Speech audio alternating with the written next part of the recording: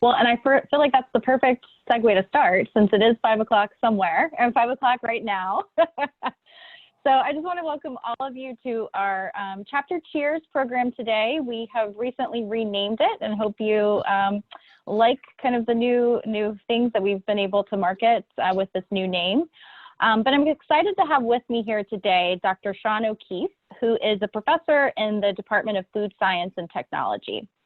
But before I turn it over to Sean, I just want to talk a little bit about this Chapter Cheers program. For those of you who have been joining, this is our third monthly installment of Chapter Cheers, and we'll continue to do it on a monthly basis. And so it is for all of our chapters, but I believe we also might have people from just the larger alumni community on today as well. And so this program was really designed to connect you with the great faculty and speakers and staff that we have here at Virginia Tech. But we hope it's also an opportunity to connect you with the chapters and alumni in your area. So if you are on today and you haven't connected with your chapter yet, please feel free to reach out to me, the chapter team, or visit our website where you can find your local chapter volunteers. But one of the benefits of obviously working with the chapter is being able to bring great speakers to your area. And Sean has been very generous in his time with coming to our chapters and giving presentations at their speaker events. And so I was asking him today about, kind of what he would like me to say about him. And he said, well, beer is food, and I'm a food professor. So I know that everybody's excited about this topic. And Sean, thank you so much for all of your time with us today and in the past. And with that, I will turn it over to you. Thank you, and thank everybody for coming. 129. I teach a number of classes at Tech, and the class that's gotten the largest has been brewing science.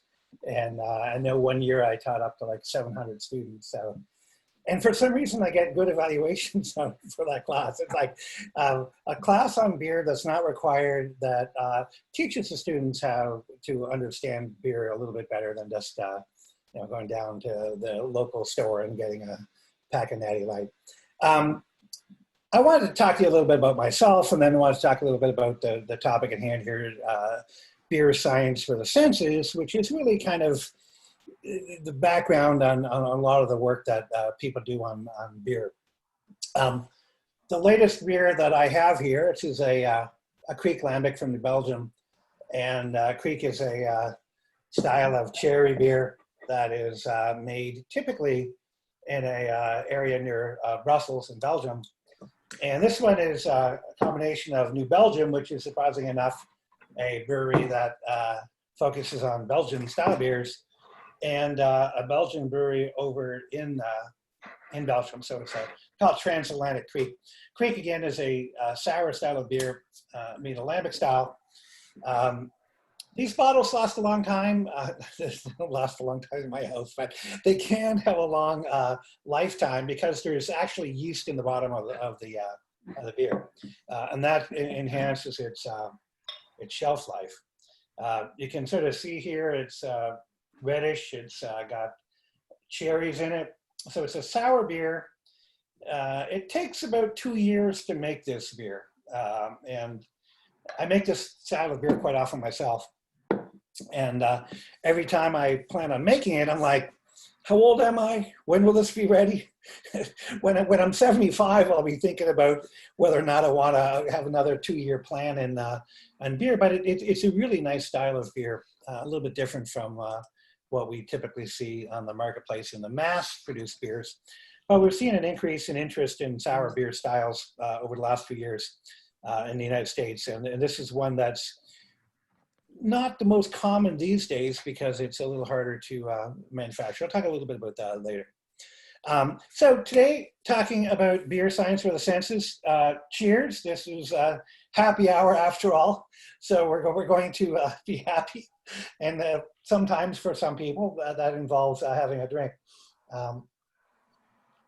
This particular beer is quite sour. You do get a bit of that cherry flavor. Most beers of this style should be really, really dry and sour. There are sweet Kriek beers available, And they are sweetened either with acesulfame K, an artificial sweetener that you'll see in some sodas, or more recently using stevia compounds. And the reason they're sweetening them with those compounds instead of sugar is because there's yeast in here. It would continue to ferment if it was present alongside the yeast. So good, bad, and ugly flavors in beer. And, I remember when The Good, the Bad, and the Ugly came out as a kid. It's a movie with Clint Eastwood, really classic spaghetti Western. It was filmed in Italy. In any case, there are flavors in beer that are good, bad, and in some cases ugly. The one thing about beer that's really nice, I mean, beer is kind of often called the beverage of the common man or woman. I mean, and that's mainly because a lot of people look at wine as being a little snooty. Well, I have a bottle of wine here. It's a nice 3-liter bottle. I decided not to crack that because I'm talking about beer. But we find beer is just one of those things that we just drink often just to enjoy. We do see some people getting kind of fancy with their beer drinking and only like certain good beers, good quote unquote.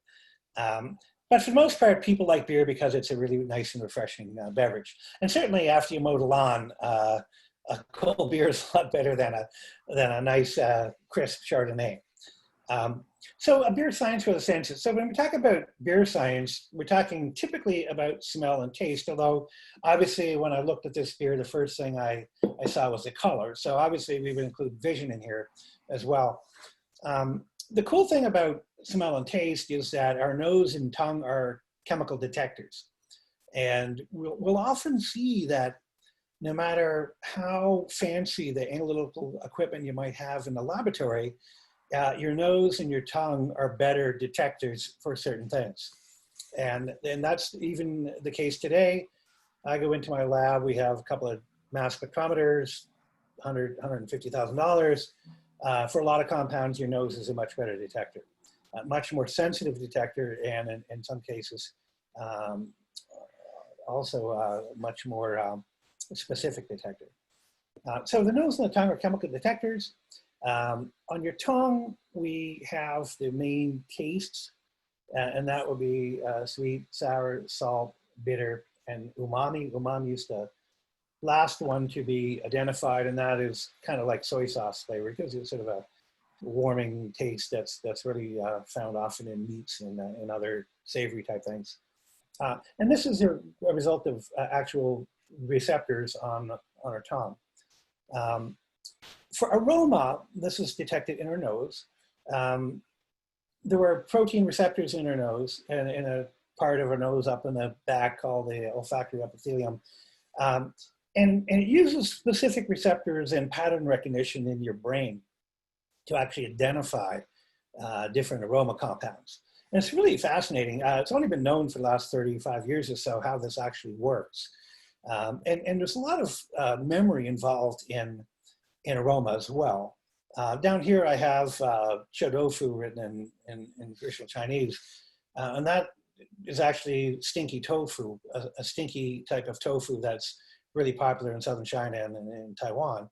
And when I tasted that, and it goes back to memory and try to sort of identify aroma compounds, when I first tasted that, there was nothing that I'd ever had in my life that tasted like it or smelled like it. The closest thing I could come up with were dirty diapers or Limburger cheese.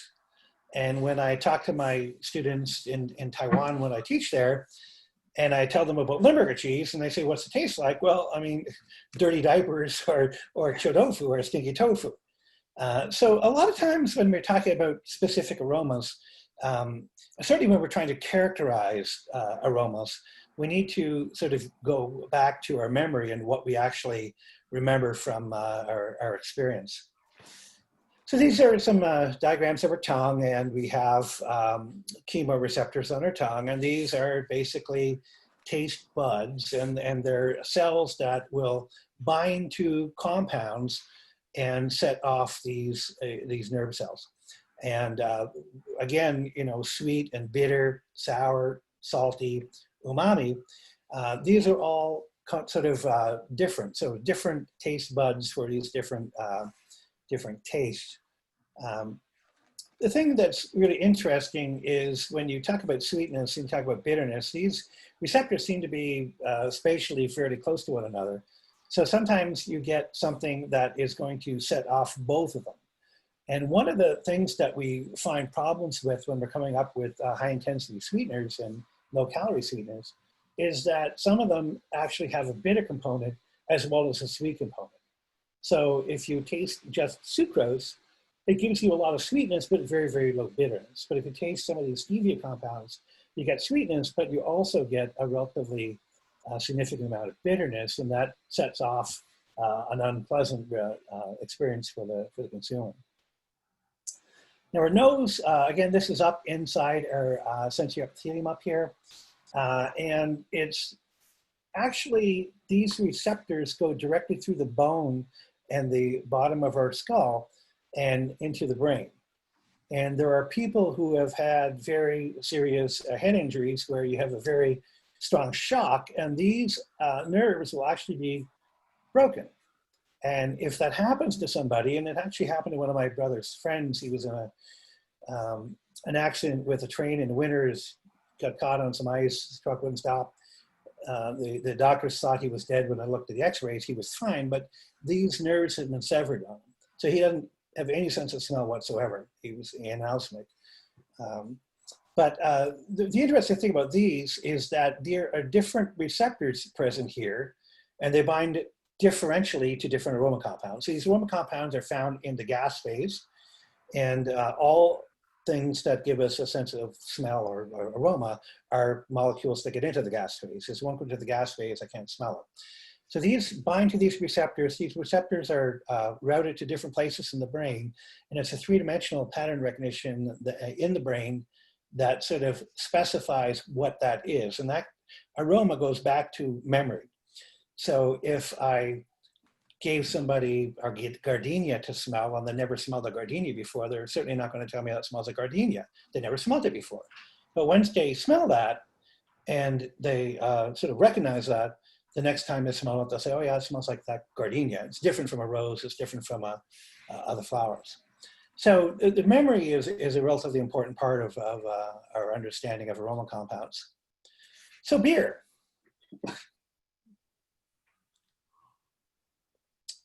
Oh yeah, sensory evaluation. So we're combining taste and aroma. So sweetness is involved in this, sourness, especially with these sour beers that have gotten popular in the last few years.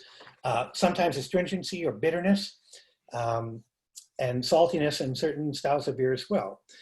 So our tongue is involved in this chemoreception of flavors in beer, but also our nose. And when we're talking to brewers and we're talking about people that are doing research on beer or manufacturing beer, they need to sort of characterize aspects of the beer. Now, some people say, I don't like beer, don't like the bitterness. Well, there are certain beers like this one that are not bitter at all. It's quite sour, but not at all bitter. And one of the people that was early on, Charlie Papazian, early on in the development of the craft beer and pushing craft beer in the United States, has said that, you know, you can tell me you don't like beer, but I don't believe you. I can find a beer that you will enjoy, because there's such a wide range of flavors and sweetnesses and aromas and bitterness and other aspects of beer that there's got to be one that people like. And if people don't like beer but like cider, this style of beer is actually pretty much exactly what they should be drinking, because it's actually quite sour, has really nice aroma, and it's quite different from a typical beer that you'd see. So how do we describe these? Going back to memory, Lemberger cheese, it's not a style of cheese that a lot of people find popular anymore in the States. It smells really stinky. Like dirty diaper is just the closest I could use to describe it, or stinky tofu, which is, again, very few people here in this country have smelled that. But so we use aroma descriptors that we're familiar with. For a lot of different food products, we end up with something we call an aroma wheel or a flavor wheel. And we see this for wine, we see this for chocolate, we see this for coffee, we see this for beer. And this wheel is just a way of trying to characterize all of the possible aromas and tastes that you're going to find in a beer product. Looking up near the top, we got kettle hop, dry hop, hop oil, piney, woody. Some types of hops have a very strong pine character, like pine leaves, pine needles. Woody, walnut, coconut, bready, almond, and all the way around the wheel. And this isn't as comprehensive as some of the other lists that are there, but it's designed to try to be fully comprehensive. So you can look at all of these aromas descriptors on this wheel and use them to characterize the beer. And one of the goals that we have in beer and in foods in general is to try to quantify and characterize the taste of the beer, so that when I hold this beer up to you, and this again is the Transatlantic Creek. Unfortunately, we haven't figured out a way to have this beer go from my my house in Radford to your faucet by your computer. So trying to characterize the beer is kind of like trying to characterize colors. I mean, what color is it? Dusty rose. Dusty rose. We actually have ways to characterize colors as well, and they do this in Lowe's or other places where you're going to buy paint. They actually have a little scanner that can, in 3 dimensions, find that color and come up with a color that should match it. When we're talking about beer, we're trying to characterize these flavors, and there's a lot of people that will try to use this to sort of describe the flavors found in beer. Over here, things like ethyl acetate. Ethyl acetate, for me, at high concentration, smells like nail polish remover. And because ethyl acetate in the past, well, actually, it's currently used as nail polish remover because acetone is a little more toxic.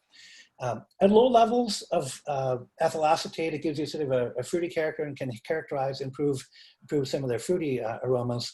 But at high levels, it's decidedly smelling like nail polish remover.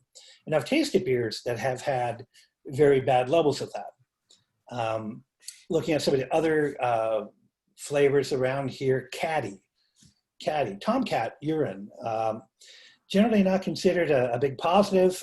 Onion is another one that we find sometimes in beer. Cheesy. So some of these are not what you would look at as positive aroma or taste characteristics, and some of them are. So, but the design of the wheel is to include them all, so that if I wanted to describe this caddy-off flavor that typically is associated with certain use of certain types of hops, people will understand that and what it means. Now, one of the problems that we have when we're trying to characterize a list like this, and again, caddy, dank, earthy, floral, grapefruit, grassy, herbal, what do these really mean? Does everybody understand what green apple smells like? Well, most of us have had a green apple before, we kind of do. But some of these, maybe not. We try to use the words that are familiar to the people who are going to be assessing the aromas. I remember a few years ago, one of my students was working on pet food. We had a project, and she was doing something called gas chromatography olfactometry that I'll be discussing a little bit later, where you're using your nose as a detector to try to characterize or identify the aromas that are present in a sample. She was looking at cat food, you find it here. And she described one as puppy fart. And I'm like, puppy fart? I mean, I don't have a puppy, so I don't know what that means. But it's like, well, it's the smell that my puppy makes when he farts. I'm like, I understand where you're going with it, but I don't know exactly what that is. So when we're trying to train panelists to understand what these aromas are, we use standards. And we use standards because pure chemical standards are actually very important in any type of sensory evaluation and training. And the Siebel Institute, you see in the bottom left there, they're an institute in Chicago that is involved with brewing and beer and training in beer. They have classes and short courses and things like that. But they also sell a set of tubes, small glass tubes containing different chemical compounds. And these different chemical compounds are designed to sort of give you an understanding of the vocabulary of flavors, aromas in beer. So acetaldehyde smells like green apple, cut grass. Again, concentration is going to have a big impact on what it really smells like, because sometimes these aroma compounds will be a positive attribute at low concentrations, but as that concentration gets up, it sort of overwhelms and becomes unpleasant. And this will tell us the sources, fermentation product, very typically coming from certain yeast strains. So yeast strains are actually another huge area of research, extremely interesting. Each yeast strain that's used in a brewery is a clone. And they typically come from one cell, and they bud, and it's two, and they bud, keep growing in numbers. So most breweries will use a pure culture fermentation where they only use one clone of yeast for the entire fermentation. Now, lambic beer is a different animal there, because lambic beer uses a wild fermentation typically, and it can have up to 120 different microorganisms involved. But a couple of the other things here that are really important: concentration that's typically found in this particular standard. So they give you a standard that made up in 1 liter of beer will give you 45 milligrams of acetaldehyde per liter of beer. And the threshold in beer. Now, the threshold is at what level will typically a human note that this is present in the beer. So 10 to 20 milligrams per liter for acetaldehyde. Acetic acid, that's about 5% vinegar. That's what vinegar smells, why vinegar smells like vinegar. It's acetic acid, so salt and vinegar chips have acetic acid added to them. The concentration here is much higher, 360 milligrams per liter, and the threshold is much higher as well. We get to benzaldehyde, that smells like almonds. The concentration and threshold is 1 milligram per liter. And then we get to bitter butyric acid. Butyric acid is the one that they call putrid and baby vomit. Again, going down to the puppy fart, it's like baby vomit. Typically found as a result of bacterial contamination. This is 3 milligrams per liter threshold. Now, this one's really hard to get rid of, and I know that because I broke a bottle of butyric acid, like a 100 ml bottle, in my explosion-proof fridge about 15 years ago, and it still stinks. I've tried charcoal, everything known to man, cleaning it over and over and over, and it still smells pretty bad of butyric acid. So when I'm trying to train a panel, a sensory panel, to evaluate the beer, I have all of these standards made up, and these standards are going to be used by the panel expert to train your panelists so they understand what these aroma compounds are. It's not very often that you're going to find a butyric acid off flavor in beer, because that's a sign of wholesale infection, and typically a brewery would end up dumping that beer rather than sell it. But some of the other ones, like dimethyl sulfide on this number 8, smells like cooked corn or cooked vegetables. Sometimes you get a mixture of this dimethyl sulfide and some other compounds that smells like cooked asparagus. But I've smelled a number of beers with this in it, and I've actually made one. I decided one year to impress my wife with my brewing skill and make Bud Light. And I didn't do a good job on that one, and it had really bad dimethyl sulfide. So when you smell the beer, it smelled exactly like you just opened a can of canned corn. The problem with this beer, this dimethyl sulfide aroma, is it's not something that will go down with time. So once it's there, if it's detectable, you're either going to dilute the beer to get to a point where it's not detectable anymore, or throw it out. And I ended up throwing it out eventually. Diacetyl or diacetyl is number 9 on this list. I'm not going to go through all these compounds. These are a couple of the ones that are famous off-flavor compounds. Diacetyl or diacetyl butane dione is a vicinal diketone. You'll hear people talk about VDKs, and this is one of the 2 VDKs. This one smells like butter. The 2,3 pentane dione, the other VDK, smells more like butterscotch, but they're kind of in that butterscotchy kind of aroma profile. And we're down to 0.1 to 0.2 milligrams per liter. So the level of this, when people can detect it, is way lower than the other compounds that we've talked about. And that makes a big problem. And this really, you know, if you're talking to brewers and they're tasting other people's beer and they're looking at them and trying to see if they have any faults or if they're well made, diacetyl is one of the things that you typically see as a problem. And I've been in a number of breweries over the years where every beer they made had diacetyl in it.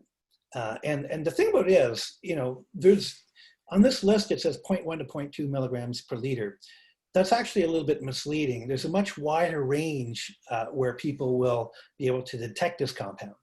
Now, some people are much better at detecting aromas than others. And the people that are really good at it will have lowered the threshold than the ones that are bad at it. I remember a couple of years ago, one of my students was working at Wicked Weed, and her sensory panel, she ran the sensory panels there. She put a hold on a beer and said, no, the diacetyl is too high. Now, dimethyl sulfide you can't get rid of, but diacetyl you can. So you can manage the diacetyl in a beer if the level's too high. And the head brewer came in and he was mad. He said, I don't smell any diacetyl in this. And she said, yeah, you can smell it. No, I don't smell it. So they sent a sample over to New Belgium for analysis, and lo and behold, the level was really high. The head brewer was not very sensitive and had a high odor detection threshold for this. So one of the things that we do when we're trying to train people to detect these aroma compounds in beer is not only to train you to identify these different compounds, but also to understand where your odor detection threshold is. To know if I'm very insensitive to this, I'm going to listen to other people's opinions because I can't really detect it very well. Geosmin, this ethyl fenchal, that's a dirty, muddy off flavor. We have muddy off flavor problems in drinking water sometimes. And geosmin, methylosaponiol, and this ethyl fenchal are some of the compounds that are present there that cause off flavors. 5 micrograms per liter. Now we're at 0.005 milligrams per liter. So we're at parts per billion levels of this. So one of the reasons we have problems with muddy off flavors in drinking water is the odor detection threshold for some of these compounds is so low. We typically don't get this off flavor in beer because we taste the water before it's used for brewing.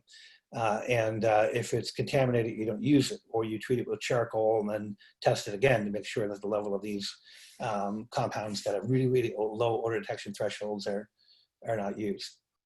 So Hefeweizen at the bottom, spicy banana, that's 2 different chemicals here. Eugenol is cloves, oil of cloves, people use for toothaches, and the compound that gives cloves the clove smell, that's eugenol. And the isoamyl acetate is a compound that smells like banana. So banana and cloves are 2 of the characteristic compounds that we talk about in Hefeweizen beers. Now, they're there for a couple of reasons.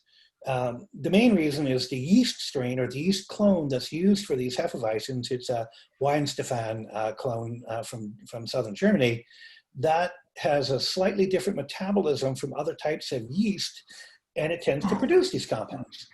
And the other reason that we find it there at a relatively high level is that we're using a lot of wheat in these beers. So the combination of wheat and that particular strain gives you those compounds. Now, nobody added cloves to this style of beer. Nobody added banana to this style of beer, but it definitely introduces those aromas in the beer. So going on here, lactic, light struck, that's another one of my favorite ones. This is a Prenomercaptan. It's a compound that's present in skunk aroma. It smells just like skunk. And it's generally found in beer that is exposed to light. And that's why when we look at most beers, the bottles are brown. They're brown because that blocks some of the light, but allows the consumer to see that there's actually something inside the package. When Heineken first was introduced, the marketing geniuses in Heineken decided we want our beer to stand out on the shelf. All the other bottles are brown. Why don't we make it a different color? So they decided on green. It doesn't block light as well as brown does, and that's why a lot of Heineken tastes skunky. If you smell Heineken, one of the characteristic smells that I get in Heineken almost all Heineken, except of course canned stuff or keg stuff, because they block light in the cans and kegs, is that skunky aroma. And again, 5 to 30 nanograms per liter. We're talking parts per billion range for that one. So on and on and on. So we're trying to train people to identify aromas and taste in beer. We get a package of about 40 different aroma compounds here, and we train our panelists. Now, not all of these are off flavors. Citrus, that could be a really nice aroma in beer. And you see over on the top right, it says hop varieties are producing that. And that's one of the things that's really kind of interesting about brewing. And one of the things that makes brewing a lot of fun is that you can actually look at brewing almost like cooking. You can, you know, my aunt makes the best broccoli casserole or something. What does she do different than anybody else? Everybody else makes the same thing. Hers is better. Why? Well, you gotta you gotta get the secret out of her if she's willing to tell you, or she's doing things different. And I, you know, some people have secrets for cooking and baking that they don't share. And I've talked to some people over the years. It's like, oh no, that's my mother's recipe. That's going to the grave with me. I will never divulge that. Because people have ways of doing things that are different from others. Same thing with beer. So here you see hop varieties: Galaxy, Equinox, Amarillo, and Golding. This is a combination of you know, Australian, American, and British hops. They're different, of course. There's 4 different hops here, but each hop strain or variety has different aroma characteristics, and you can actually mix and match them by adding just one. So Bell's Two Hearted Ale just has one hop used in it. That's Centennial. And some beers will maybe use a dozen different kinds of hops to try to sort of make a unique flavor profile by addition of these different chemicals to the beer, so that it tastes different from anybody else's beer. We don't want every beer to taste exactly the same, so that's why different brewers are able to sort of add their je ne sais quoi, or I don't know how they do it, to the mix. There's another list. It's the same kind of compounds on another list, but again, the parts per billion. You know, you see anything in the parts per billion, these are down. These are down in the micrograms per liter range. So 1 drop is 20 milligrams. This is 1 microgram, 1/2000th of a drop in a liter. We're talking really, really low. And some of them are fractions of this trans 290 now, wet cardboard. That's an oxidation product. So that is found in beer if it's been stored too long. Again, most beer doesn't have live yeast in the bottom. I remember when I was starting to brew, we used to buy Sierra Nevada Pale Ale, and we'd pour off the beer and take what's on the bottom, and which is live yeast, because Sierra Nevada, unlike most beer, is actually bottle conditioned. They have live yeast in there. And that helps with the shelf life and helps with some of the flavor characteristics that are different in that beer than a lot of the other ones. We'd actually grow beer out of Sierra Nevada Pale Ale and use that. And this was in the 80s when you couldn't just go buy the same yeast somewhere else. So some of these are extremely low concentrations. So back to some of the aspects of the analysis of these compounds. We talked about using sensory evaluation. I'll talk about that a little bit more later, but measurement of aroma compounds and measurement of things that can go into the gas phase was really revolutionized in the mid-1950s with the development of the gas chromatograph. And really interestingly, we had Harold McNair at Virginia Tech for many years. He is one of the grandfathers, I guess, great-grandfathers of the gas chromatograph. He was involved in developing chromatography and gas chromatography in the mid-1950s, late 1950s in London, back where this was the new analytical tool. It was so exciting to everybody because you could analyze things that we could never analyze before. And it just revolutionized analysis of flavors and revolutionized analysis of fatty acids and a lot of other things. So this gas chromatograph is really a relatively simple thing. It's a carrier gas, and usually that's helium these days, although we're switching over to hydrogen as helium cost goes up. That gas is pushed through a column and goes through some detector. And if I inject into that gas flow compounds that are in a vapor phase, they can separate on that column, and I can identify them one after the other. This is one of the gas chromatographs we use. This is actually, the top part of it is called AOC 5000, and that's a solid phase microextraction. It's one of the ways that we have of analyzing volatile compounds. And at the top left here, we have the injector. And these, all of these little holes here are for the autosampler. So we can set this up, put 32 samples in there, press a button and go home for the weekend. And the dutiful gas chromatograph injects all of our samples and runs them all one after the other. So it's a really nice tool for analysis. This is what's called a headspace vial. And you can see there's a bit of a sample in the bottom, and there's room for gas to be trapped inside there. So any volatile compounds can equilibrate between the bottom and the top, so between the solid and the gas, and therefore they get trapped in the gas. And we use this, this instrument with a solid phase microextraction, SPME or SPME, syringe, and this is just a figure of this. And these two little pieces of white on the left side of these two needles are binding aroma compounds. So they will bind the aroma compounds that are present in the gas. And then we can introduce that into the gas chromatograph, into the column. And again, this column, generally it's 30, 60, 100 meters long. And inside is a layer of liquid. And the volatile compounds interact with that liquid and separate. And then we can get what we call a mass spectrum using mass spectrometer. This is a quadrupole mass spectrometer. It just separates the fragments that are found after they're broken apart by an electron beam. And what we get, and I guess sort of story is kind of long to get to this point, but what we get is a chromatogram. And the mass spectrometer can help us identify the compounds that are present in that chromatogram, so that we're looking at the identification of different compounds that are coming off of that column at different times. So we can sort of characterize the chemical makeup of that sample. And this is really, really important, because once we can characterize the makeup of that sample, we can use that to sort of quantify some of the compounds that are positive or negative attributes towards the flavor, or that might be coming from breakdown products or might be coming from problems in the fermentation. So we can use this as a way of trying to get to a point where we can identify the aroma compounds. And this is sort of an example of a mass spectrum for humulene, which is one of the terpene compounds present in hop aroma. It smells hoppy, surprising enough. The name for hop is Humulus lupulus.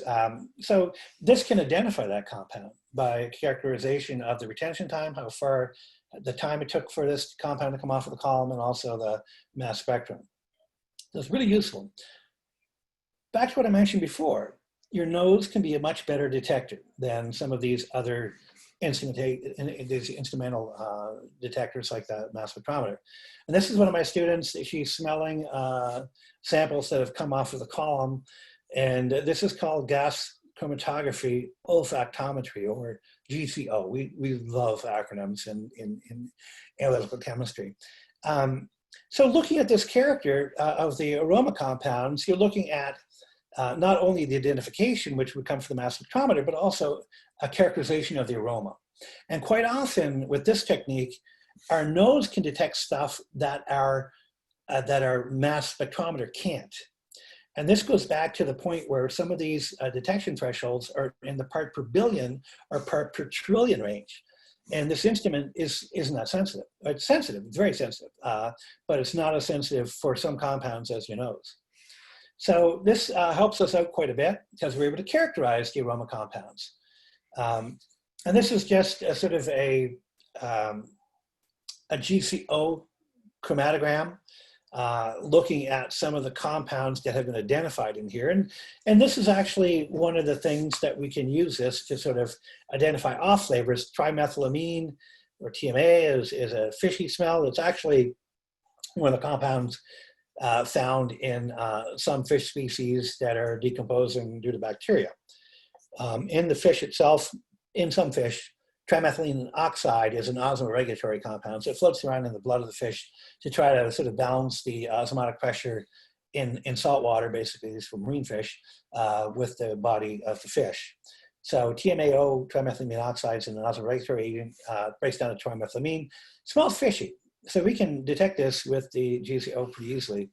Isovaleric acid smells bad. Barnyard cresol. One of the, I'm sorry, I'm going to have a laugh and have a sip of beer. It is happy hour after all. This style of beer is a lambic beer. It is characterized by barnyardy, horse blanket, and other aromas that really, really don't belong in most other beers. And it goes back to what I said, good, bad, and ugly. In this beer, that barnyard character is a positive attribute. If you are making a lambic beer, you need to have that or else it's not going to taste right. And one of the problems that I have with making lambic beers is that it takes about 1.5 to 2 years for the flavor to develop properly and get that barnyard character in the beer. And every time I go to a lambic brewers in Wicked Weed last year and ask them, well, how long does it take you to, start developing that barnyard character? And they're, well, it takes us about 9 months, 10 months. I'm like, yeah, I don't believe you. It takes me almost 2 years. But they used different barrels to have different clones of the particular microorganism, Brettanomyces, that makes that smell. In a normal beer, that would be hugely defective. In my Toscana, in my Sangiovese, with a bit of Cabernet Sauvignon at it would be a defect. It's kind of controversial. I mean, a number of years ago, I lived in France in 1988, and when I was there, they were doing barrel testing of the Main Romane Contes at 85s. And 85 was considered, it's the best year ever. Good year. But a lot of the 85s and the American wine tasters like Robert Parker, well, actually, I'm not sure if he's a British or American, but the non-French wine people would go there and taste them out of the barrel. They say, oh, it's bready, it's nasty. Of course, the French were selling that wine back then for probably $150 a bottle. And they, of course, would not want to say anything bad about Domaine de la Romane Conte because it's considered the #1 Burgundy. And I think now those bottles go for $1,000. Barnyardy and what we call bready, because it's named after Brettanomyces, the microorganisms that makes that smell, is found in wine. And in wine, it's a major flavor defect. So that's considered very bad or ugly. In a lambic beer, it's good. In any other type of beer, it's bad. Except there are some other sort of beers like Flemish Red that have a lot of that character in it too, coming from Brettanomyces. But it's a really kind of a taste or aroma that not everybody likes. Horse, blanket, barnyard, cow manure. Maybe not. I think I'm going back for Natty Light. I'll get some more of that. So this is a characterization of some of the aroma compounds that are found using gas chromatography olfactometry. And one of the things that's really hard with this is trying to characterize the concentration or how much impact these aromas have. And that's sort of the missing link. We've got a number of techniques that people can use, but there's generally known that the concentration and the sample and the aroma impact on GCO are not directly related to one another. So, but this just sort of gives us a characterization of a lot of the aromas that are present in the sample. When we're looking at hops, again, different hop varieties have different aroma profiles. We'll see some of them much bigger than others. That beta-farnesene is big in the Cascades, and it's much lower in some of the other ones. You'll see beta-pinene and alpha-pinene being ones that vary quite a bit as well. And this goes back to why using this hop, not that one, gives me more of a pine character. And there are certain beers that are made that are Celebration Ale or some of the other ones that are considered fairly piney. The reason they're piney is because they selected hops that have a relatively high amount of that aroma compound in it, and that gives you that character. So, because there's nothing happy about a full hour of me lecturing, I'll wrap it up here. I have a couple more slides at the end that I just showing you our brew house. But are there good, bad, and ugly flavors? For sure. Almost always hops are good, but not everybody likes hops. You know, that's one of the things that I didn't mention is like what I like and what you like are different. That doesn't mean what I like is right and what you like is wrong. People consume what you like, and that's one of the reasons that I like beers, because there's a lot of range of flavors that allow everybody to sort of pick one that you like and enjoy. One of the things that I was mentioning about expectation and styles in relation to that horse blanket barnyard smell, it's perfect in this Goose Lambic. It's expected. If I don't have that in here, I would say, it's not good. You didn't get that character. But of course, in most other beers, it would be a defect. A lot of the sour beers that we see sort of exploding on the marketplace in the last couple of years are what we call kettle sours. They're not made this way. They're soured with basically yogurt or some lactic acid bacteria in the kettle after you make the wort. And that allows a pre-fermentation with these lactic acid bacteria that sour and increase the acidity in the beer before you add the yeast in and start basically ferment it out. You typically will heat it up, pasteurize and get rid of that lactic acid bacteria, and then you add the Saccharomyces yeast that's used for the fermentation. And that gives you a beer that's sour but doesn't have the complexity of this style of beer. So a lot of people do like that sour character, especially in summer. It gives you a nice, refreshing. If you like ciders, that's a style that a lot of people like. So flavors in beer, good, bad, and ugly, yes. Some are good, some are bad. And those are sort of ones that are good in one place and bad in another. And some are ugly. Baby vomit. No, there's no style of beer that's going to be better with a little baby. Just a little baby vomit? No baby vomit. We don't like that. So some of these beers are really, really good. And some are bad, according to me, and you probably would find the exact opposite, and that's good because it means that we all sort of can find something that we like. But certainly there are flavors that none of us like, and that sort of goes to the high level of baby vomit. But I remember, the first time I came to Blacksburg, I was just booting around, and I went into Rivermill, a bar downtown. A lot of people know Rivermill. And they had Pilsner Urquell on tap, and that's my favorite beer. I like Pilsner Urquell. And the thing about Pilsner Urquell is it has a high level of that diacetyl. And it's really kind of characteristically high. And it gives you a buttery butterscotch flavor. And the first time I tried it, I'm like, wow, it's butterscotch in beer. It's just like I got candy and beer. It's like the two things I love the most in life. So it's a defect, though. It's a defect in most beers. And a couple of years ago, I was in Germany. I was talking to one of the brewers in Weihenstephan, and I said, well, what do you do if you got high levels of diacetyl? And he said, he was joking, we just call it a Czech lager, because the Czech beers are known to have high levels of diacetyl, in part because of the yeast tends to kick off a lot of that, and they tend not to want to get rid of it because at low levels it has complexity and some sort of a butterscotchy character to the beer. So those ones are good or bad depending upon what kind of beer you have. So again, last thing I will sort of say is that, the brewers want to make beer people like. And that's why a lot of breweries have a wide range of beer that is available. Different styles, different things. Wit beer is one that's really interesting. It started with Pierre Celis years ago, but sort of spread on after Coors started selling it at Coors Field, and then they started selling it as Blue Moon.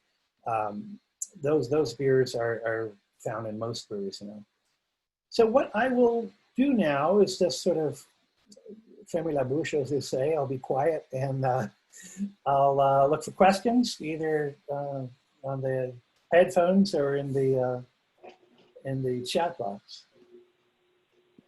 Yeah, we had a few come in over the chat. And so one, how much beer gets thrown out as contaminated as part of the brewing process? Yeah, it depends upon the brewery. There's a lot of spillage going on. And I remember Jim Cook, who runs Boston Brewing, St. Adams guys, years ago, about 5 years ago, he basically said, Anheuser-Busch spills more beer in 1 year than I make. And that was around 2 million barrels, about 1.5 million barrels, something like that. I don't think a lot of it gets thrown out from good breweries. If you look at a big brewery like Anheuser, Coors, Miller, even the sort of first tier craft brewers, and that would be, you know, the Boston, New Belgium, Sierra Nevada, all the way down through Victories, Stone, those guys, they have pretty good quality control. Maybe not as good as the big boys, the big girls, you know, the big brewers, but they're very good. You go down to a place like New Belgium and look at their quality control lab, you just leave there with your jaw on the floor because it's just so awesome and they do such a great job of quality controlling their beers. And they're, you know, they're first tier craft brewery, but they're nowhere near as big as Anheuser or anything. So I would say that most good breweries don't throw away a lot directly because it's bad. I have a couple of videos that I show in my brewing science class that come from Brewmasters, which is a TV show that featured Sam Calagione from Dogfish Head for a couple of years. And in 2 different episodes, they threw away like 75,000 barrels of beer, 7,500 barrels of beer, I'm sorry. That was defective in one way or another. It maybe didn't ferment completely down to where they wanted it to, or had some other kind of problem. And they had a choice between selling beer that didn't make their quality assurance standards and didn't make them happy, or just dumping it, and they dumped it. And sometimes this entails quite a large loss of money. But I think most breweries now, especially ones that go into a routine and have a very good quality assurance, they're very good at ensuring their yeast is in good shape. Because one of the things that can really mess up at, if you're not really paying a lot of attention to your yeast, you're not able to ensure the highest quality. So I would say most good breweries wouldn't throw much out, and some breweries just sell it. I mean, I was in Nova Scotia earlier in the year. I'm not going to mention the brewery, but every beer had really bad diacetyl in it. I mean, I'm like tasting it. I was like, I can't drink this. It's really bad. It wasn't a Czech lager. They weren't even trying to sell it as a Czech lager. They were just defective beers. And it could be that the head brewer just doesn't know what diacetyl is and didn't notice it, or just didn't care. So, but you don't find, I don't think, often defective beer. I think most brewers, although they're not always, college trained, I guess, have a good understanding of what beer is and what some of these off flavors are. And so what if you have a beer that tastes good, all the flavors complement each other, but if you have something that's unexpected for the style, why would that still be considered a defect, even if the flavors are still complementary? Yeah, that kind of gets down to people making new beer styles. And, a lot of the beer, the traditional beer styles that we have in the world are coming from traditional brewing centers. And that's, a combination of the United Kingdom, Belgium, Germany, Czech Republic, other places where these styles have developed. And they developed over centuries due to the water chemistry in those areas, due to the raw ingredients that were available, due to other factors. So if I ended up with a wit beer that had clear barnyard smell, the first time I have it, it would be considered a defect. But a lot of times what will happen is brewers will say, hey, I want to make a India Pale Ale, but only using Brettanomyces as the yeast. And that introduces some of these barnyard flavors. And they come up as a new style. And quite often these new styles would be sort of considered defective if you went back and said, how does it compare to a traditional India Pale Ale made in England? Not very much at all. It tastes quite different. So that's kind of my bias. I would say that if I'm trying to get a German lager and a taste of diacetyl, for sure that would be considered by the brewers themselves to be a defect. That's not to say it's going to be horrible. It tastes a little buttery, butterscotchy. I like butterscotch, but not maybe in beer. So that's definitely subjective. I mean, I'll be first to admit that, if there's a beer combination of flavors that I'm not perhaps a fan of, other people might just find this the best thing ever. And certainly you look at, white IPA. That's an India Pale Ale with the coriander and orange peel and maybe grains of paradise or some other spices that are found in a wit style, wit beer. Combining two different things sometimes makes a new style that people like. So certainly I wouldn't say that unexpected aromas, except for the baby vomit and stuff like that, which in one beer necessarily makes it bad. It just makes it different. And certainly there's different people that will like it. This is my wife bringing in her idea of the best beer in the world. Actually, it has acetaldehyde in it coming from the yeast. It's surprising enough that one does have a. If you brewed that with other yeast, if you brewed their wort with other yeast, it will taste different. That's one of the things that's really interesting to brewers, is that the combination of the yeast clone and the wort and the fermentation temperature and all the rest of that stuff really can make different style beers. And the Bud Light might be a good segue for this question. So why do some beers make good early evening beers, but then maybe after a couple, they start to taste a little different? Because they're 12% alcohol. I don't think at the bottom of this bottle, it's going to taste different. I think to a certain extent, you get taste fatigue, especially if the beer is particularly sweet. I tend not to like really sweet beers, double IPAs, triple IPAs, some of the real sweet stouts and stuff like that. I find myself that I get kind of fatigued with that. I remember a couple of years ago, we had a Hokie Homebrew Club. Well, we had to rename it. The cease and desist letter. The Homebrew Club at Virginia Tech. I went over to one of the people that was in that.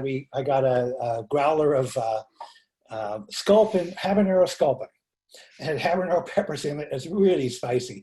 The first pint, we're like, oh God, how can we drink this? But the second pint, you couldn't notice that it was spicy anymore because your tongue receptors said, we're out of here, throw in the white flag. And they weren't giving us the spicy character anymore. I mean, the second pint was like, I don't even notice this is spicy.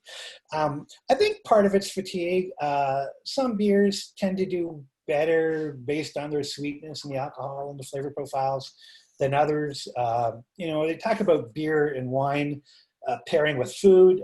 There's a really nice book by Garrett Oliver, who's brewer at Brooklyn Brewery for a long time. And he talked about that. It's like, how does this beer pair with, a roast or a steak or this, that, or the other? Kind of like what people that drink wine talk about pairing. So I think it's complex. I mean, some beers, different people will like it different times of the day, but I think to a certain extent, some beers after the second one, you get fatigued with the flavor profile and you want to try something different. And so when does beer get old, and how does the storage actually affect when that might occur? Yeah, that's a good question. So these creeks and other lambic beers can be years and years because there's live yeast in there. Well, it started off with live yeast in there. Light style beers, the light lagers, they tend to start going bad after a few months. Even cans. I mean, there's a difference in age worthiness of a package that's a can versus a bottle versus a keg.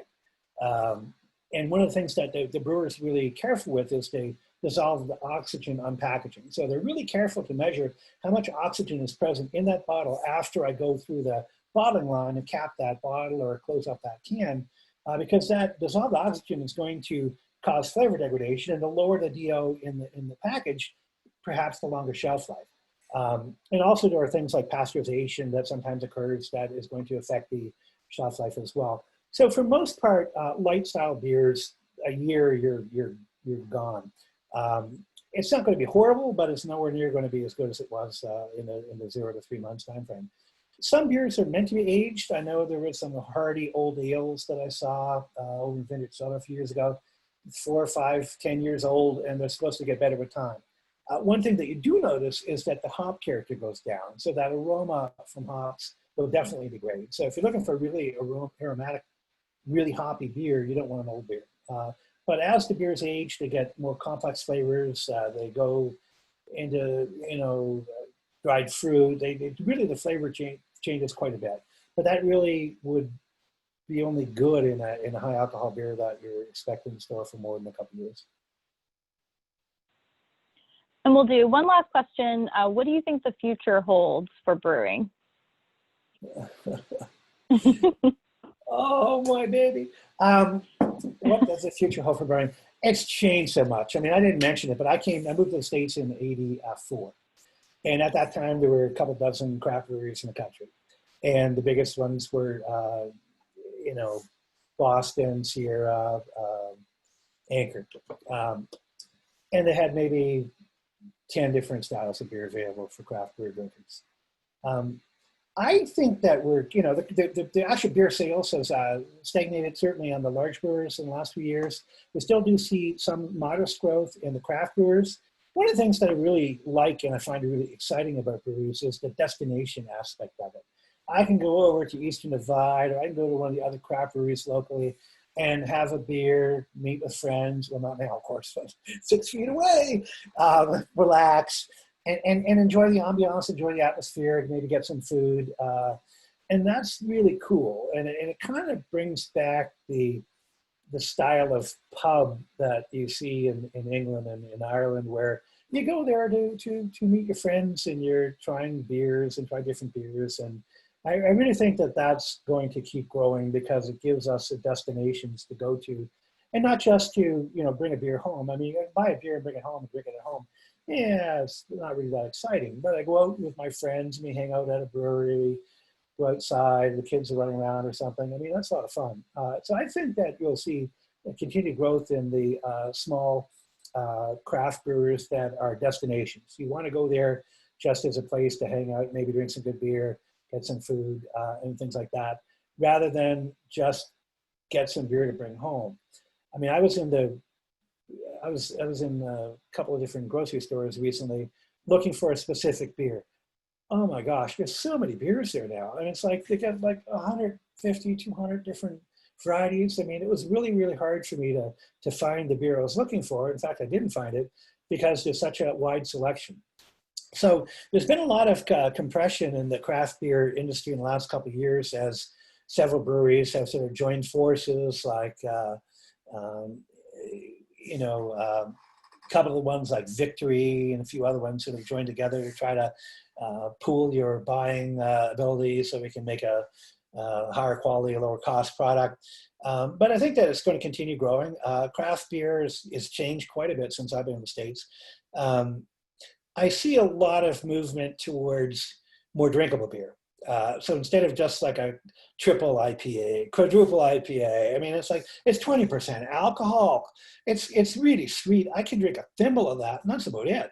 But you start seeing breweries heading back towards the drinkability issue. And I've seen that for the last 5, 6 years at least. And that's where people are getting into the beer that you can have a second one or a third one without feeling like you're going to check your glucose level in your blood because you consume so much sugar along with the alcohol. Well, Sean, thank you so much. I mean, I thought this was wonderful, and just thank you everybody for joining. We've got some virtual claps going on there. I feel like we should all give a cheers before we head out.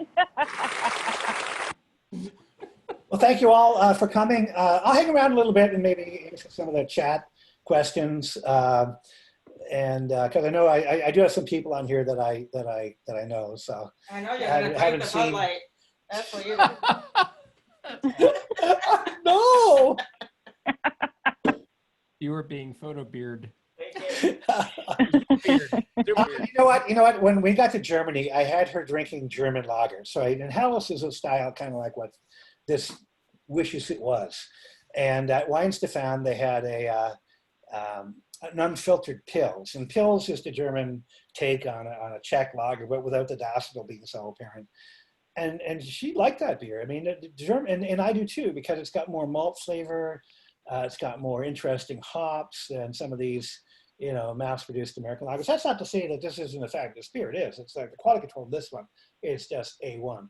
But not really a lot of flavor in there, and not really what I want in the first beer to grab if I want something with a flavor. Awesome.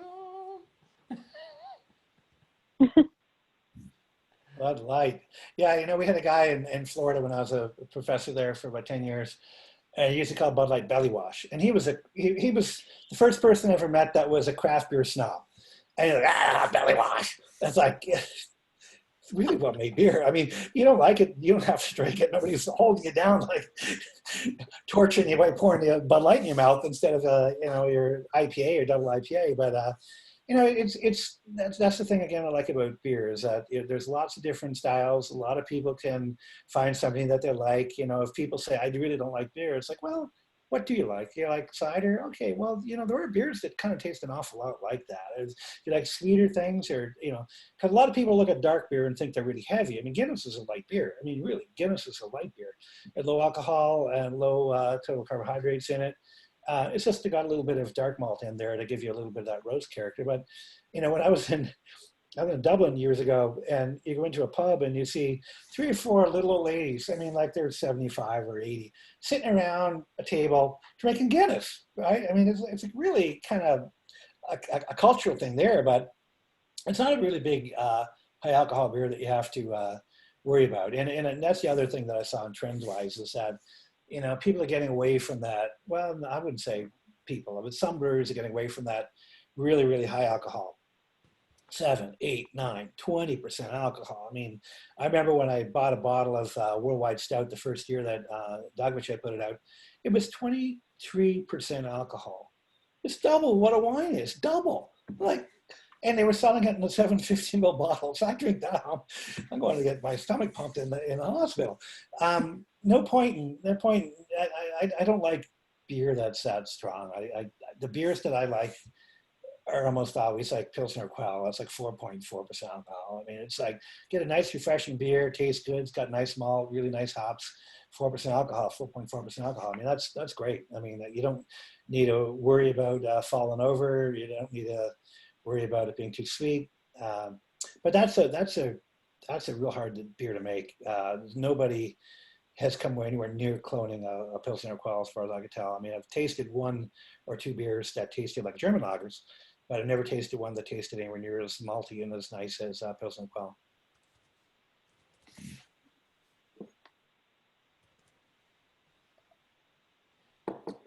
So I'm gonna look up here. Sweet baby Jesus. Oh yeah. I have some of that. I have a few bottles of that in the basement. That's one that will last a long time because of high alcohol content.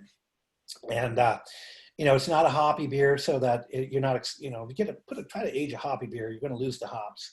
So that's, that's not something that's good. Spontaneous fermentation in beer. That's from Jason Levy, one of our students, I think. Yeah. This type of beer, this is a Creek Lambic, but Lambic beer in general is made with spontaneous fermentation. The Carlsberg Brewery was the first to use what's called pure culture fermentation. And the first thing that they had to get, the first problem they had to solve was that, how can I just get one yeast cell? Right? You spread it out on a Petri plate, there's millions of them, you can't just pick one off. So they used a hanging drop technique where you had a tiny, tiny, tiny drop. And the drop was so small, only one yeast cell could stick in it. And they put that one on the agar, do another one, do another one, do another one, and they could select individual cells of yeast that would grow up and they could use for testing the fermentation. And that's where pure culture fermentation started. And pure culture fermentation is used by most breweries around the world. Sierra Nevada, I mentioned that we used to take the yeast out of their beer, their Sierra Nevada Pale Ale, and use that. That's gotten so widely used, we call it Chico yeast, in Chico, California, where they're from. Almost all craft beer is made that way. You really can't risk too much in wild fermentation. There are people that do it with wine, there are people that do it with beer, and this Lambic beer for sure is made that way. And in fact, this Lambic style of beer, they only make from October to March, I think, March or April. They don't make it during the summer because it's too hot, and the microorganisms that are present in the air and the environment in the summer would cause it to putrefy and end up with this baby vomit smell and other things that you don't want. So when you start talking about pure culture fermentation, most breweries do that. When you talk about wild fermentation, or spontaneous fermentation, that's much harder. And again, for this style of beer, this lambic beer, they will they'll make the wort and they'll let it cool in something called coolship, so a shallow, wide, very large vessel. And they'll open up windows in the brewery and let whatever microorganisms happen to be in the air land in that and start the fermentation. Then eventually they'll put them in large oak barrels. The large oak barrels act as a reservoir for microorganisms that are positive. So that sort of helps you along to keep that, keep away from the putrefactive bacteria that will make that rot and make it smell bad. But it's still highly variable. You'll end up with 40 barrels of your beer, 3 or 4 are undrinkable, maybe 7 or 8 are awesome, and the ones in the middle are sort of meh. So the breweries in this country that do spontaneous fermentation, like Wicked Weed does a little bit of that. They play around with it. They don't do it all that much. And the reason they don't do it all that much is because you really risk having microorganisms get out of control that aren't the ones you want. Because it is sort of, you're hoping the fermentation goes the way you want it to, and you're not sure that it will. So that's hard. That's one of the harder parts of fermentation. That's why lambic beers, very few American brewers are able to make good lambic style beers. This is one that was, again, a Belgian brewer and an American brewer sort of working together to try to make the style. And it actually works out pretty well. It's a good beer. How many beers have been doing this? Jeez. Well, I started making beer in 1981. I actually made it a little bit before that, but it was not with malted barley. It was with malt extract. My father was a wine maker, and I used the term wine very loosely. I've tasted his wine when he made it. I know wine, that's not wine, that wasn't wine. But it was cheap to make. You know, my family had 4 kids, 1 parent working, and wine in Nova Scotia is expensive. It's even gotten a lot worse today than it was back then. So they would make wine and other fermented beverages, not beer. Beer is a little bit more difficult because you have to get it carbonated without blowing the bottles up. So I saw fermentation as a teenager, and when I got to Halifax to start doing my master's degree in 1981, one of my professors there, he was using the pilot plant to make beer. I was like, that's a real good use for the pilot plant. So I would go down and help him make beer, and we started making beer. I'd be the one, you know, the youngest one on the, you know, on the totem pole, I guess. I would go over to across the water from Halifax over to Dartmouth, and we go to Moosehead Brewery. We knew the head brewer there. He said, come on over, grab some malt anytime you want, but bring a bag and a shovel, because we bring it in here on train car loads. So you don't get bags of it. I mean, you just shovel it into whatever container you want. So we get hops and barley from him. We've used the yeast out of Sierra Nevada. We'd actually make pretty good beer. And again, this was 81, 82. So I've been making beer since then as a hobby. I started teaching brewing science class in about 2004 because students would bug me when they saw me making beer. I was like, why are you teaching beer class? Like, I'm not a trained brewing scientist. Well, who is? Nobody. Tig, you're it. So they talked me into doing it, and it's been fun. You know, I'm not a brewing scientist. I don't have any brewing science training, but I have a lot of experience. What I tell my classes, I've made every off flavor possible known to man in my beer. I've made it with high diacetyl. I made it with high dimethyl sulfide. I don't think I've made skunk. I made beer that eventually became skunky. I don't think I made the baby vomit stuff though. But I'm not thinking that's something I'm particularly proud of. Let's see.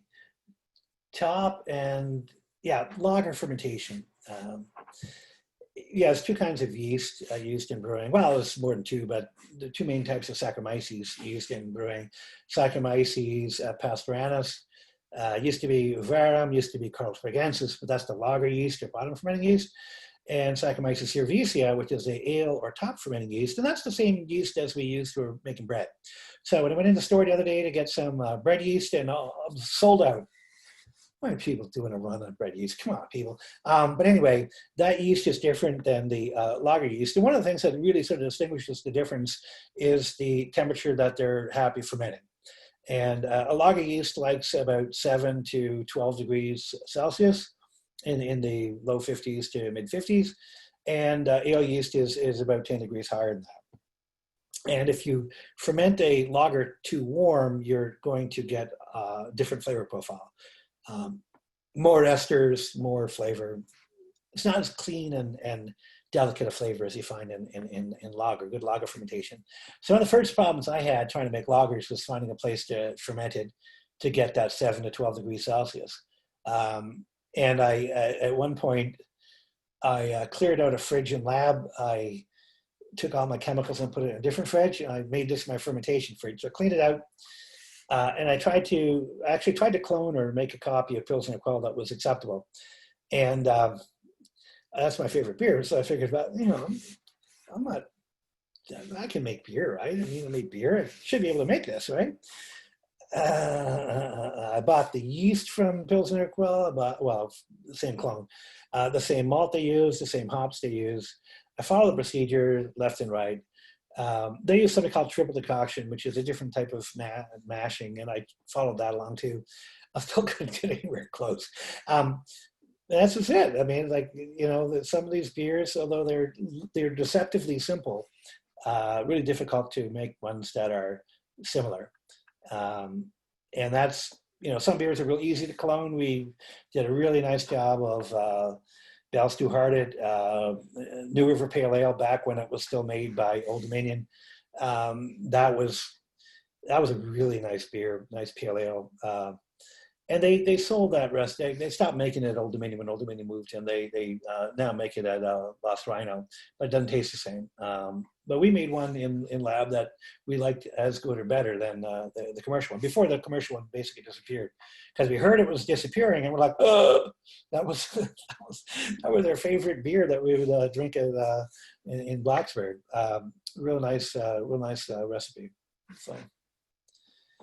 I don't see any more. Any have new questions for me? Yeah, I need to go down to Dallas again. I do. We got to get down there and drink some good beer. I had the great opportunities in the last couple of years to visit some of the alumni groups around the country and visit some really great alumni and have fun meeting them and talking about beer and meeting in craft brewers. Going back to what I think is going to happen with the brewing industry is like these destination breweries. I mean, they're so much fun. You go there, meet some people, and enjoy yourself. Some people, another question, hate IPAs and love wheat beers.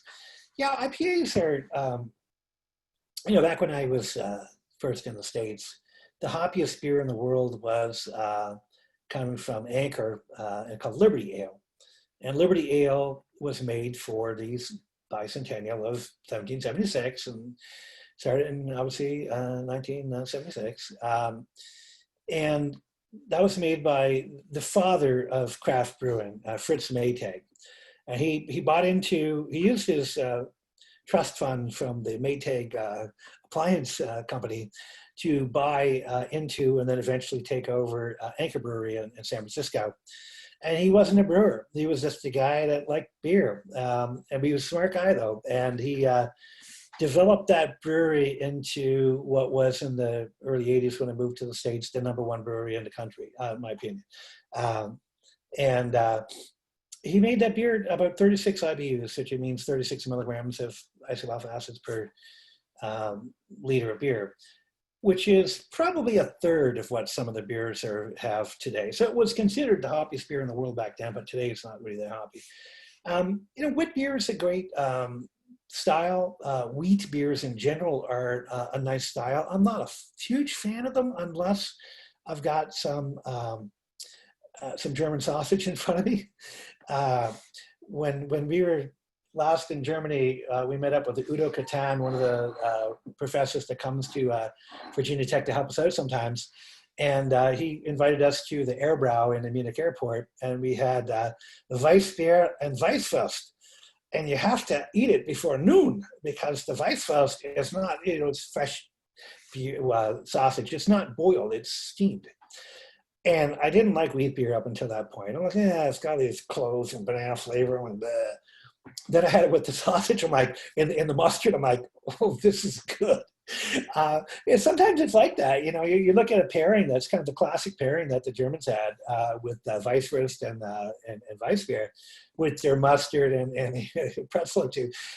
Really good combination. It's, everybody likes something different. And a lot of people don't like wicked big, uh-oh. Well, my wife just handed me a note. Shut up, I'm hungry. I could go on. My normal class is 3 hours, so I got another hour and a half to go. People like different flavors. I mean, some people don't like bitter. I mean, I'm not a really big fan of the double IPAs and the real sweet ones. I just find that, give me a little glass, I'll take it. It's interesting. That's nice, But then, I want something lighter and easy to drink. But that's the nice thing about beer is that we have different styles of beers. I see somebody talk about the Goose Island whiskey barrel beer. Yeah, Goose Island. I used to go there in Chicago back before they were purchased by Anheuser. And that was one of the first craft breweries I went to that was a destination again. Really, really nice beer. And we figured that they would go to heck once they were bought by a big brewery. And the reason I thought that was because back on the wit beer, wit beer was a style that disappeared after World War II. Pierre Salos sort of resurrected that in Hoegaarden in Belgium. He started a brewery. He ended up selling it due to a fire. They didn't have the capitalization to rebuild. He moved to the States and built a brewery in Austin, making the same style. So wit style and a few other Belgian Grand Cru style beers. And he made a deal with the devil. And in this case, it was Miller. And Miller bought part of his brewery. And he traded the part of the brewery for getting access to their distribution, because in our country, distribution for a lot of craft brewers is a really, really problem. And they have this 3-tier system that survived when we got rid of prohibition, and it really is hugely negative for the beer market. However, the middlemen, the people that are the distributors, pay our politicians a lot of money to keep the system in status quo. So he had some of that brewery. He sold to Miller, got into distribution. I still couldn't get it when I was a student in Iowa State. And that was kind of one of the 4 top breweries at the time. And we didn't have the internet back then, but we had bulletin boards. And that would be somebody's modem in somebody's living room that you dialed into, and other people would post about beer, and only one person could log in at a time unless it was a real big BBS. With a 24 baud modem, 2400 baud modem. So Miller ended up buying the rest of the brewery a couple years later. And after 2 years, they looked at the volume they were selling and say it's too small. And they closed the brewery and didn't sell it to anybody. They just closed it. So that beer just disappeared from the marketplace. And eventually, they saw the recipe and the names and stuff like that. But it was one of the first examples of a craft brewery going disappearing because one of the big brewers invested in them and just decided, we're selling 4 million barrels of beer, 20,000 barrels. Come on. We spill more than that. Forget it. And I think one of the problems with the big brewers is they just didn't get it. I interviewed for a job at Stroh Brewery in 1998. And they were making 60% of Sam Adams Boston Lager. They could make a great beer. And it was a contract brewery. Boston Brewing contracted them to make the beer for them, label it, package it, and off you go. But they were selling Stroh, their main beer, and fire brewed Stroh. Instead of understanding that there was a market there for better flavors, more flavors, and better beer, they decided that they just didn't want to bother, and they eventually got out of the marketplace, sold everything, and went into real estate investing. Yeah, I see a few people that know what a bulletin board is. I sold all my, for all these young guys here on the internet and the Wi-Fi and all this stuff. I'm like, no. Back in the day, you had a landline. If you had a phone, sometimes you had to stick it in the modem. Otherwise, you just plugged it in and you dialed up to a bulletin board, which was a phone number, and you phoned them up. And when you were on the phone, nobody else could use it. and you try to, we used it for downloading files. I mean, it was really crazy. I mean, if you needed a new driver, now your computer gets online to find some drivers that loads and you're done. Back then, you had to find IRQs, you had to know what the, all of that stuff. This is the latest message from my wife. I think I'm gonna have to call it quits here soon. I can see you're talking about 300 baud. Man, my oldest was 1200. I remember the 300. So yeah. Well, thanks so much. I really enjoyed it. If you got any questions, you want to shoot an email. I wanted to Zoom some other time and chat about beer. Just Sean O'Keefe, Virginia Tech was only one of me, and I'll be happy to talk to you.